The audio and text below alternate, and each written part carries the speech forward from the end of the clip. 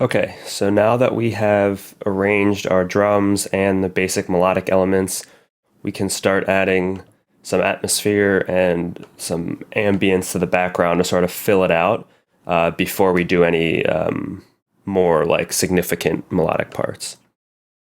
Sometimes I'll even do this before the arrangement. I'll just sort of come up with some nice ideas for ambience.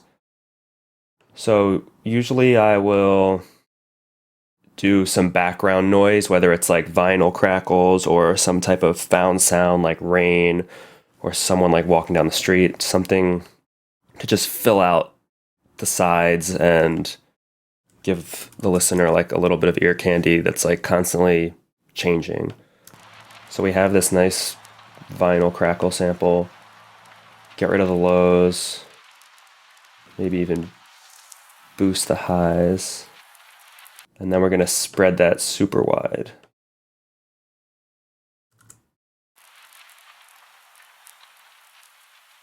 And we can take it down. Let's hear it with the whole song.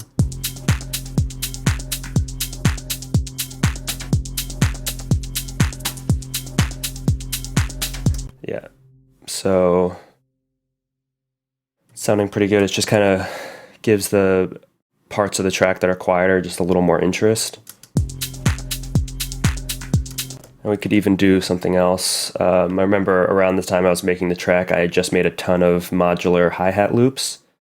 And using that same module I mentioned earlier, Mutable Instruments, Clouds, we got this glitchy, I don't even know what to call it, just like a glitchy recording of a bunch of noise. So I put the whole thing for you guys to use however you want. But I think we'll just loop the first 2 bars maybe.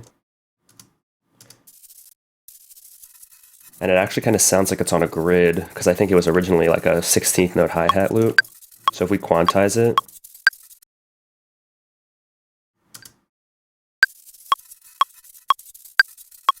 yeah, so that actually sounds pretty on point. So we'll just use that in the background, just sort of keep that 16th note rhythm going throughout the whole song, just in the background.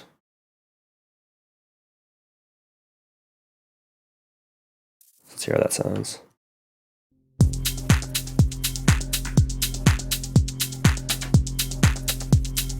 Yeah, so it just adds like a little bit of interest and ear candy to the song that wouldn't otherwise be there. So we got that out of the way. What I'm going to do next is bring a little bit more action to this first part. It's a little boring in the mid-range. There's not like any melodic part in there really. So I think I'm going to do is extend this out, and then on this channel I'm going to put a reverb. So I love Valhalla Vintage Verb. Really great for pretty much whatever you need it for. Really lush sounding. So if we use this preset and then send this lead to that reverb, so go to the IO, select lead. We're going to do post FX, so that's saying it's going to send this sound after all these effects have been placed, but not before the mixer. So if I bring this down, it's not going to change the amount it's sending to this track. So now if we just solo this, do in.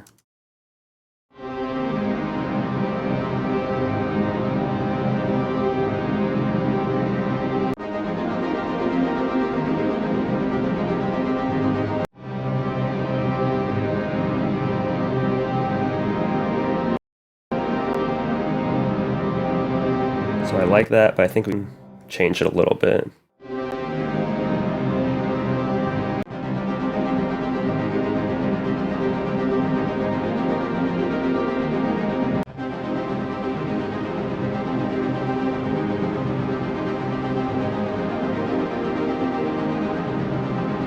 Smooth it out a little bit.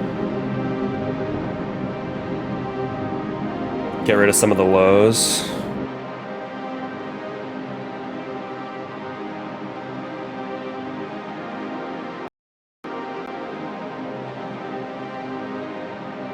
Just fine tune some of this stuff a bit so we don't get all that muddiness. Give some of the highs back.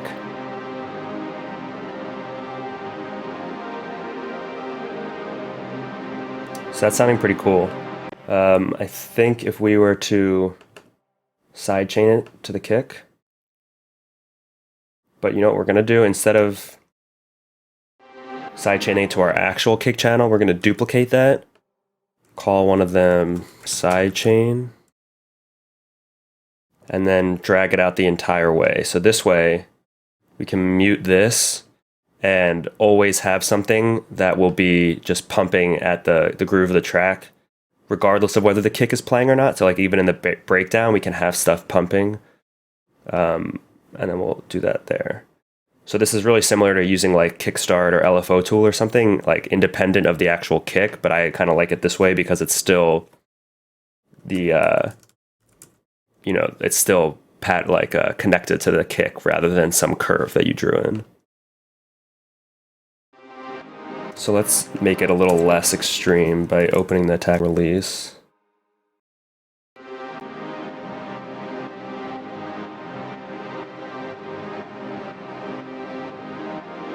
So that's nice. We're getting like a nice little pump there. We can get rid of some of the lows, I think, and tone down the highs as well, so that it sort of feels more in the distance.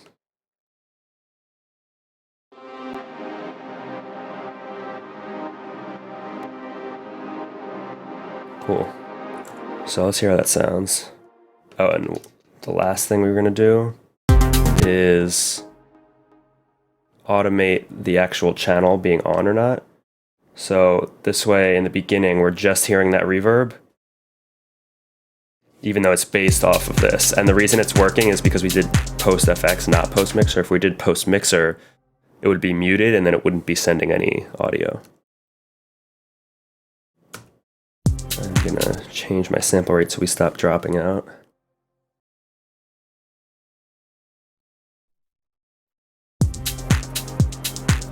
So that's nice. It's still pretty apparent what it is. Like it's pretty obvious it's coming from that lead sound. So I'm gonna put a shimmer over it to try to make it even more of like an atmosphere and less of just a reverb on the lead.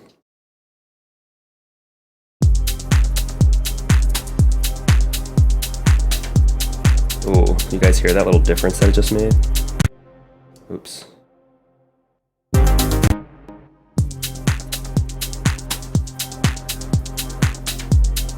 It's pretty cool. Give it a little bit of feedback. Maybe we'll do dual reverse, so that's giving it an octave above and below.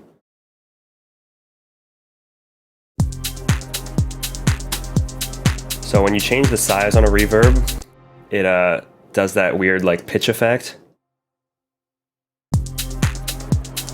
I think a lot of people might see that and be like, okay, definitely not automating the size because it makes that terrible pitch effect. But honestly, you can really use that to your advantage. Say like right before a transition, you automated that or something and it just gave it this cool effect that you really can't get any other way. Just keeping in mind things like that can really take your track to the next level and make it a little more unique than if you were to just keep it the same the entire time. So maybe we'll do that later.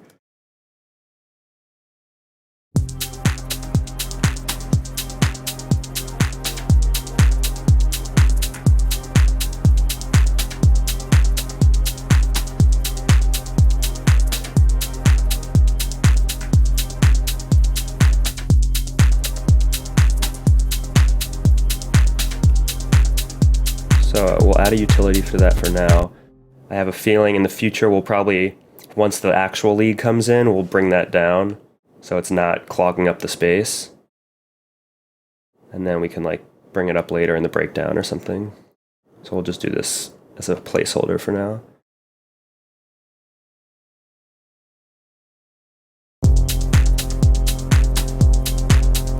Yeah, so we're gonna make that a little smoother later, but I think for now it's a good start. Just another creative way to add ambience without just throwing like a loop or a sample in. You're actually taking a piece of the song and repurposing it.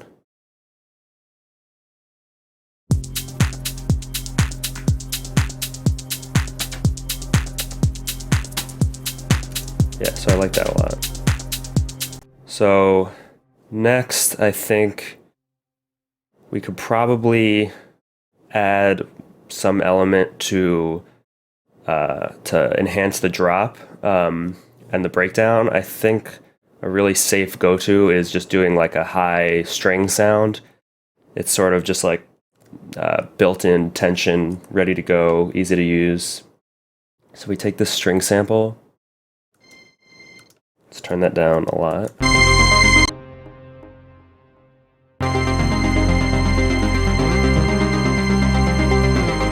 Yeah, there's really nothing like a held string that can elevate the song to just huge amounts of tension and then release. So we want it to be pretty subtle though, so what I'm going to do is filter or EQ out just very lightly the fundamental note.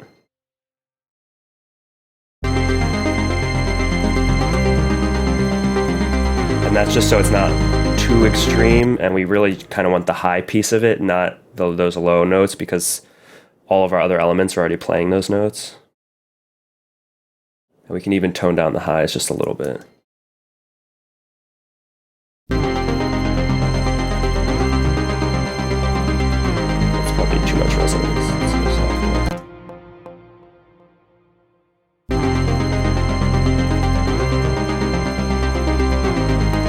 Alright, and to soften it and put it even farther in the background, we can do a reverb, maybe ballad reverb. I don't want that high cut though.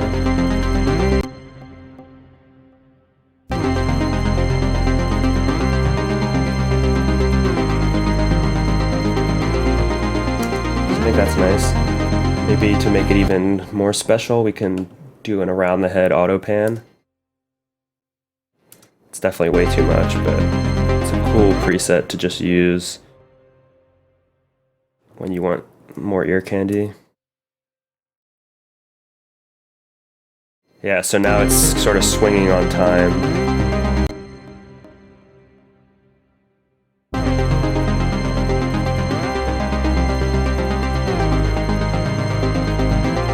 Kind of like a siren almost, but I like that.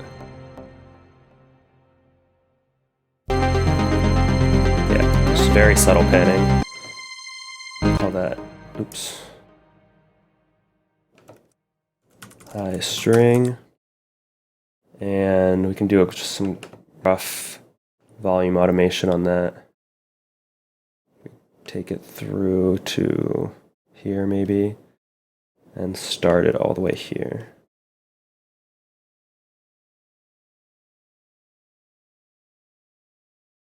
So this is when our bass comes in.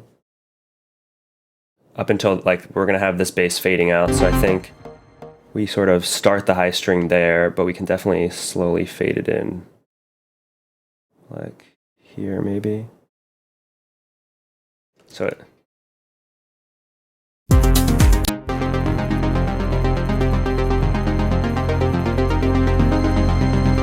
that's bad.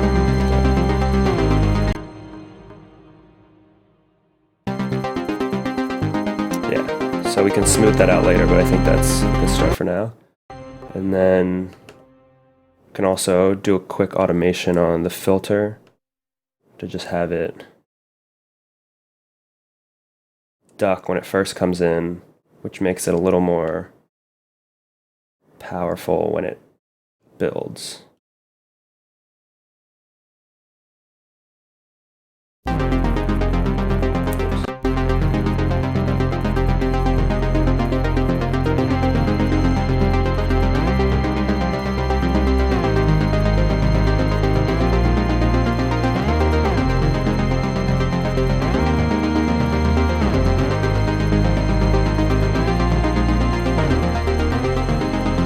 Yeah, so subtle but effective. So I think that's good for the string for now. Next, the only other thing that I had here that kind of played throughout the song was this drone noise. I originally made it on my JP-08, which is Roland's boutique series Jupiter 8 emulation. We don't need to do that. We can just use Sonic Academy Anna again. It was a pretty simple patch. I really like using the JP08 for drones, but basically what I was doing was, let's get an initial patch. Bring it down. I was just taking a second oscillator and slowly detuning it just by a couple cents.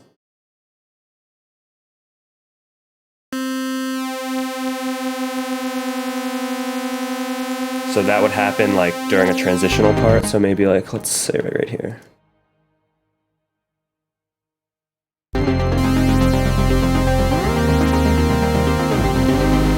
So the way it sort of breaks down and starts oscillating between the two oscillators, it gets like that like sort of warbly noise, and then it comes back to the same note. So that's sort of like building the tension and releasing it automatically. So what we can do, first make it a little more analog. You can even use the Jupiter.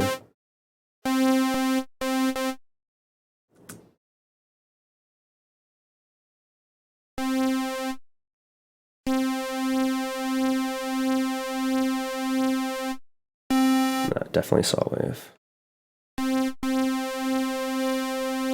Add some sync, put them out of phase a bit. And then we can do an LFO to the pitch of that second oscillator, just in sense, the fine pitch.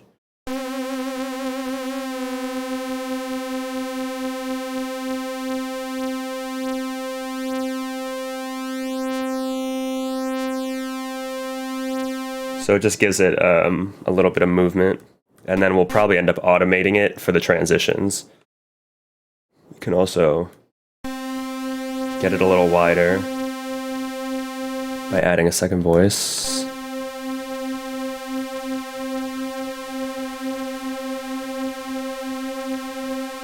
Filter. Let's do the Oberheim this time.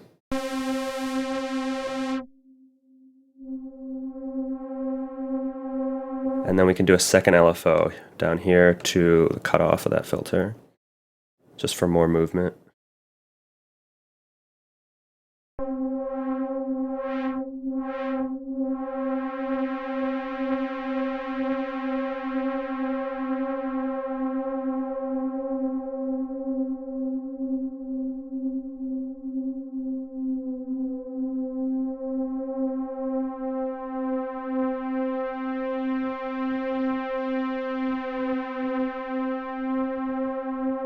So by making this one a lot lower, this just basically makes this depth control more sensitive, which is useful for automation.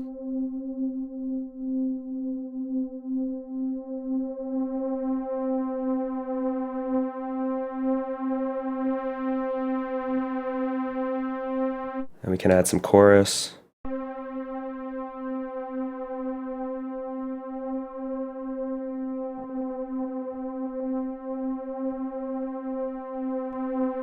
To soften it up. And you can even do a high pass filter.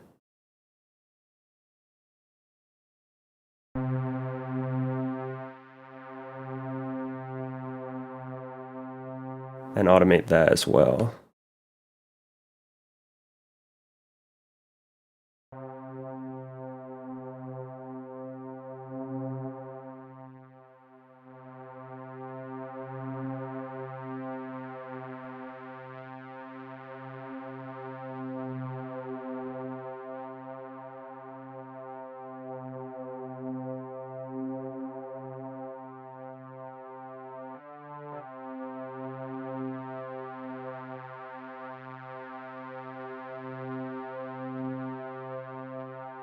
Okay, so now I think we can put that through like a big chunk of the track.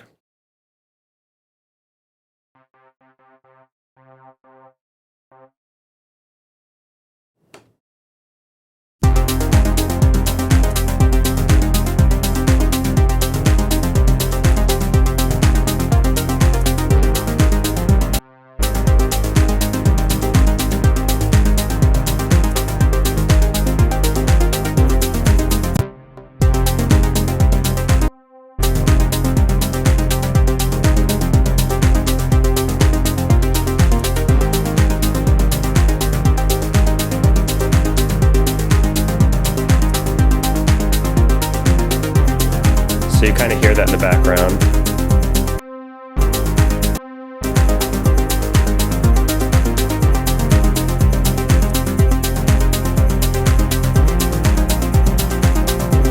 So it's very subtle. Let me make it a little louder just so you guys can hear the difference when I change the pitch.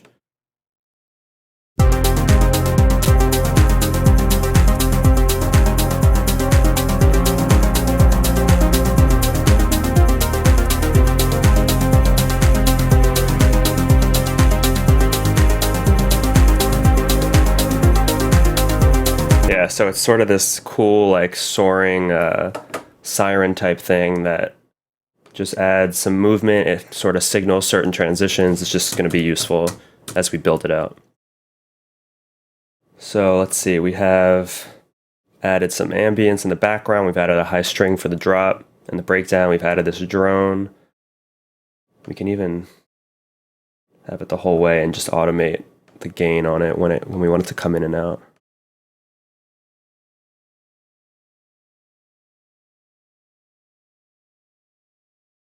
I think that's a pretty good place to stop for now. We have a bunch of more melodic interests from all these different components.